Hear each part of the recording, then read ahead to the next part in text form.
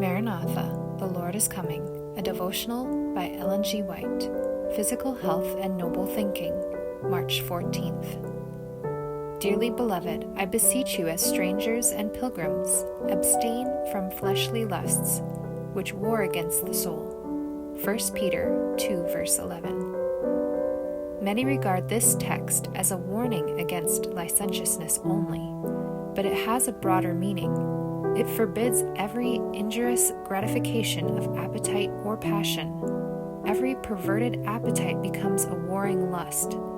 Appetite was given us for a good purpose, not to become the minister of death by being perverted, and thus degenerating into lusts which war against the soul.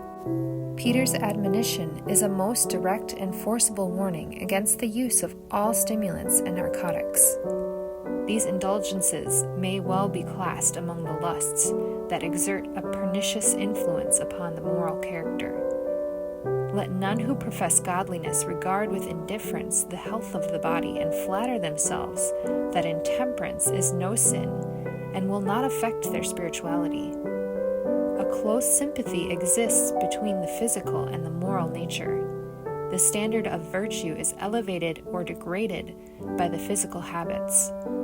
Excessive eating of the best of food will produce a morbid condition of the moral feelings.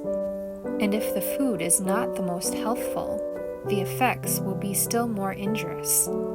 Any habit which does not promote healthful action in the human system degrades the higher and nobler faculties. Indulgence of appetite strengthens the animal propensities, giving them the ascendancy over the mental and spiritual powers. The strength of the temptation to indulge appetite can be measured only by the inexpressible anguish of our Redeemer in that long fast in the wilderness. He knew that the indulgence of perverted appetite would so deaden man's perceptions that sacred things could not be discerned.